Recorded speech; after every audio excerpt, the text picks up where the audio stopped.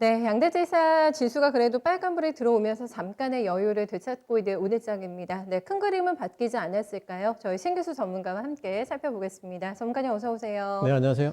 네, 시장의 그림이 요즘에 별로 좋지가 않아서 네, 네, 마음고생들을 많이 하고 계실 것 같은데 그나마 약간 오늘 괜찮네요. 네, 네. 그래도 코스닥이 워낙에 좀 좌절 모드였는데 오늘 힘을 내고 있는 상황입니다.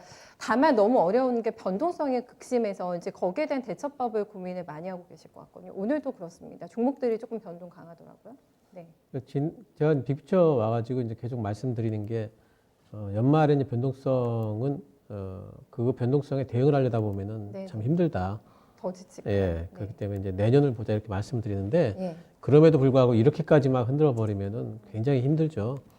예, 근데 제 기조는 어쨌든 변함은 없습니다. 계속 이제 그런 기조는 갖고 있고요. 네. 오늘 일단 그 어제 좀 많이 흔들었는데 오늘 저가 매수 심리는 있는 것 같아요. 오늘 이제 양봉이 나오고 있고. 네. 예, 그래서 시장에서 단기적으로 많이 싸다라는 심리 구간까지는 일단 진입은 한 걸로 예, 그렇게 일단은 보이지만은 뭐 추가 변동은 가능하다고 일단 보고 있어요. 왜냐하면은 우리 시장보다 이제 뭐 미국 시장 쪽이 흔들려 버리면은 네. 우리 시장은 따라서 흔들리기 때문에 예, 추가 변동은 가능하다 보고 있고요. 잠깐 좀 차트를 볼 수 있을까요? 예, 다우지수 차트인데요. 다우지수 차트를 보시면은 어제 또 60일선이나 이런 걸 일단 한번 깼습니다. 깼기 때문에 요번에 이제 변동이 나오게 된다면은 다우지수 같은 경우에도 27,000까지 뭐 빠지지 않는다고 생각하기가 힘들어요. 더 흔들릴 수가 있기 때문에 하방 많이 예, 보셨네요. 하방으로 조금 61선 부분까지는 이제 네. 그 121선 부분까지는 빠질 수 있기 때문에 예, 그렇게 이제 흔들린다고 보고 있고 네. 이제 그런 부분에서 이거 뭐 대선 전에는 역시나 이제 혼조권 예상 또 대선이 끝난 이후에도 11월 3일 이후에도 뭐 트럼프 뭐 불복 이런 것도 뭐 얘기 나오지 않습니까? 격차가 좀 예, 줄어들고 그래서 있다고 이제 뭐 하니까. 어떤 또 트럼프가 또 행동을 할지 모르기 때문에 네. 이제 그런 불확실성도 있어서 여전히 미국 시장은 변동성이 있을 수도 있다 이렇게 좀 봐야 되겠고요. 코로나 때문에 또 어제 빠진 걸로 이렇게 뉴스들이 많이 나오잖아요. 코로나가 이제 뭐 2차 팬데믹 구간까지 진입을 했다라는 어떤 그런 전망 그 분석도 있고 이렇게 되면서 이제 셧다운 얘기가 좀 나오고 있는데 네. 유럽 쪽에는 부분적으로 셧다운이 지금 되고 있지 않습니까?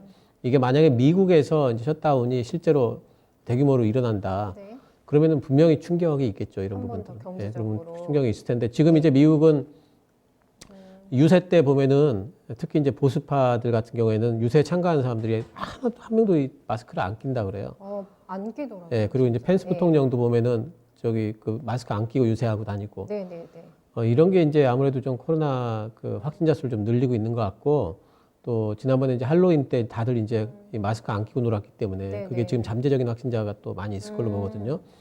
그래서 이제 그게 얼마만큼 늘어나느냐가 이제 문제인데 어쨌든 이런 부분들이 굉장히 좀 많이 가가지고 뭐 셧다운까지 간다면은 이제 충격은 좀 있을 걸로 봐야 되겠지만 가능성은 셧다운 가능성은 뭐 적다고 봐요.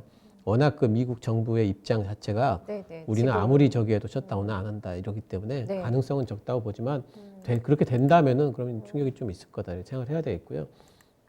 일단 뭐 이제 코스닥 기준으로 잠깐 뭐 차트를 보면서 말씀을 드리면은요. 코스닥 기준으로 지금 현재 지지선 설정이 어떻게 되어 있느냐면 700 아래쪽으로는 755 부분이 있고요. 네. 그 아래는 이제 730까지 있습니다. 예, 예. 많이 빠지면 730까지도 아마 30. 예, 네. 열어놔야 되는데 네.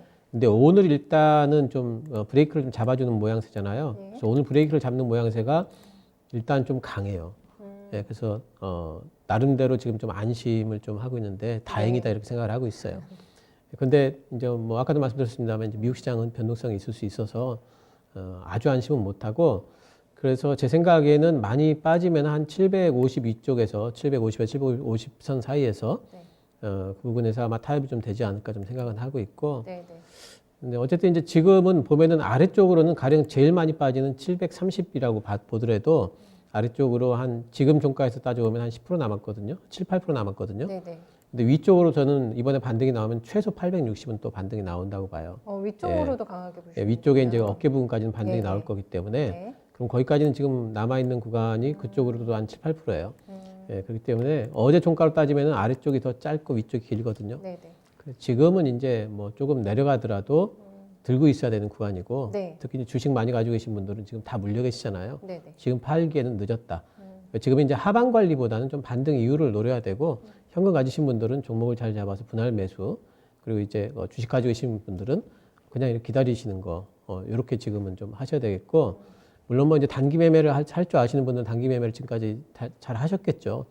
대부분 그렇게 잘 못 하시니까 난이도 높았어요. 예, 네. 못 하시니까 네. 지금은 이제 그 아래보다는 좀 반등 이유를 노리는 그런 전략들 네. 종목을 잘 골라서 네. 가지고 있어야 되겠다. 이게 훨씬 더 유리할 걸로 봅니다. 조금 어려운 질문일 것 같긴 한데 사실 코스닥 때문에 저희가 너무너무 많이 지금 지쳐있는 상태잖아요. 네네. 2차 하단 지지선으로 봐주신 730까지 내려오지 않기를 바라긴 합니다만은 첫 번째 이제 외생 변수가 있다면 양도세라는 게 이제 연말까지 저희를 올가매고 있는 예. 상태이기 때문에 지금 매도의 클라이막스가 이번 주로 보시는지 아니면 연말까지로 보시는지 그게 조금 궁금하거든요. 네. 저는 요번에 양도세 관련된 그 비중 조절도 네. 웬만치 됐다고 생각을 합니다. 이번 하락으로 인해 가지고 예. 그때 이제 뭐 연말에 털어야지 이렇게 생각하고 있었던 사람들도 요번 이제 하락 때문에 아유 이번에 그냥 털어버려야 되겠다. 요 정도에서 웬만큼 예. 다 하셨다는 웬만큼 이제 그 말씀이시죠? 소화가 좀 된 걸로 보기 때문에 오히려 저는 이제 그 다행인데요?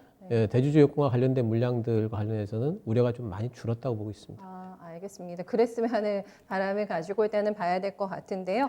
변동이 조금 잡히는지 여부를 저희가 시간을 두고 체킹해 봐야 될 것 같지만 약간의 긍정적인 어떤 기운도 조금 감지가 된다. 이렇게 봐주셨어요.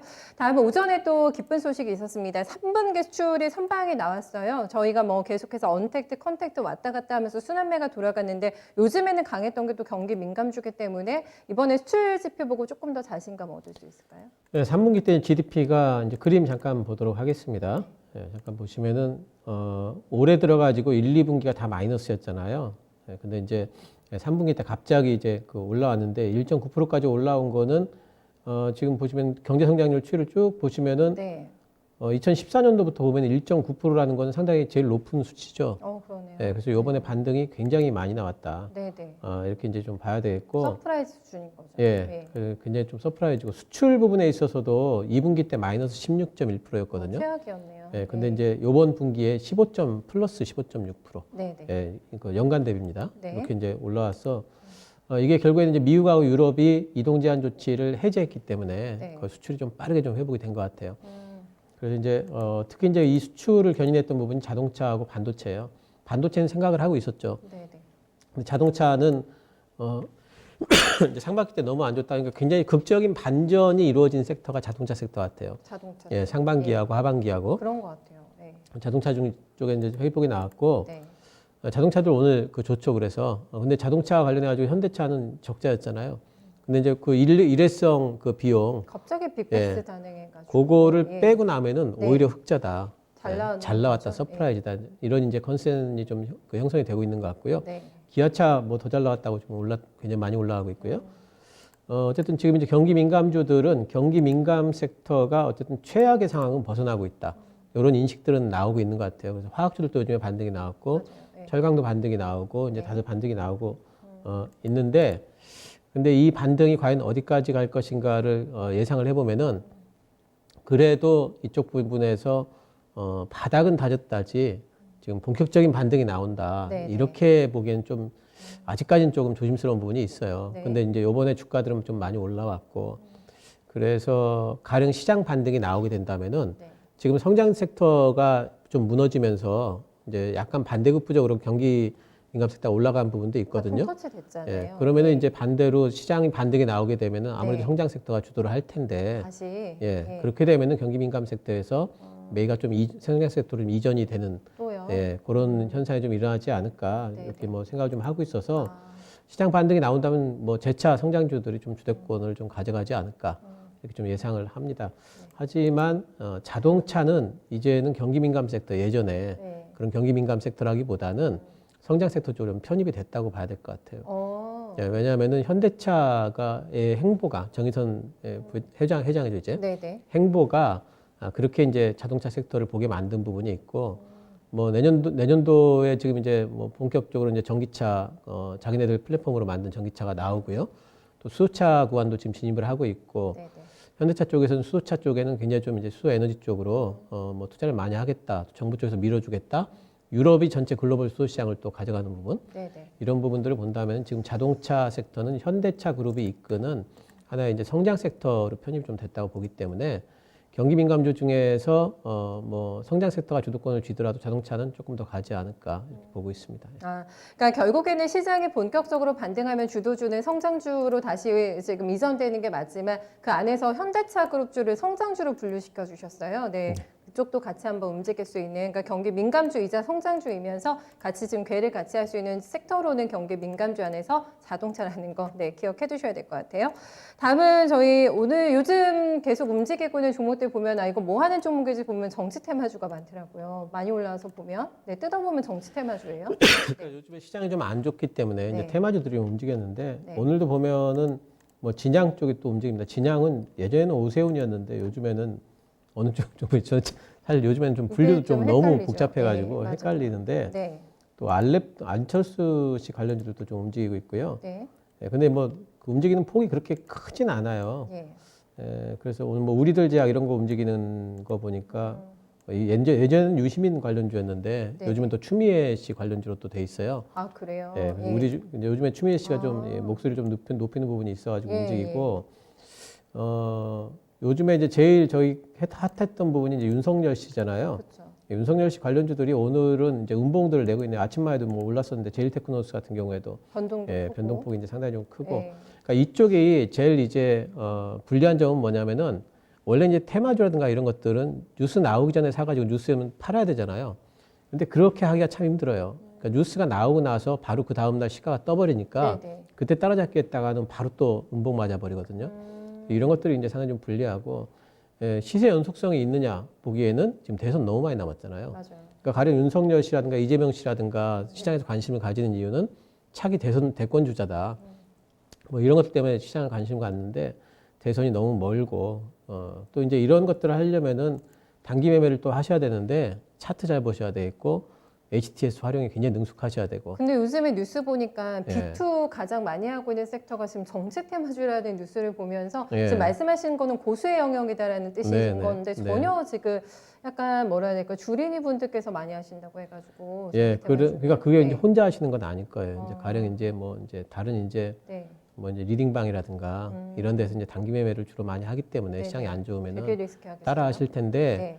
그 참 힘든 부분이 있어요. 그래서 이제 직장인 분들은 특히나 이제 좀 피하셔야 될 것 같고 네. 하실 수 있는 분들만 단기 매매로만 접근을 하셔야 될 것 같습니다. 보유 종목은 확실하게 저희가 요거는 그래도 베팅 가능하다 할 만한 종목은 보이는 건 없으세요? 정치 테마주에서요. 네네. 예, 그건 나중에 조금 더 대선이 좀 가까워오면은 지면, 네. 그때 이제 좀 말씀드리도록 하겠습니다. 알겠습니다. 뭐 단기적으로라도 지금 뭐 매매를 할 수 있는 쪽을 찾다 보면 좀 눈길이 가실 것 같은데 조금 위험하다. 네, 자제하자. 네, 이런 의견 내주셨어요. 네, 큰 그림 그럼 어떻게 그려볼까요? 예, 종목의 기대자 이렇게 말씀드렸습니다. 그러니까 지금 시장을 보고 시장의 방향성에 투자를 하려면은 힘듭니다. 그러니까 이제 종목이 어차피 돈은 이제 종목이 벌어주는 거고 네. 내년도에 좋을 종목들은 분명히 가게 돼 있어요. 단 시기의 문제이기 때문에 좋은 종목 골라가지고 종목에 잘 기대고 계시면은 시장을 이길 수 있습니다. 네, 씨를 뿌리는 시기로 네. 네, 좋은 묘목을 골라내도록 하겠습니다. 전문가님 말씀 고맙습니다. 네, 감사합니다.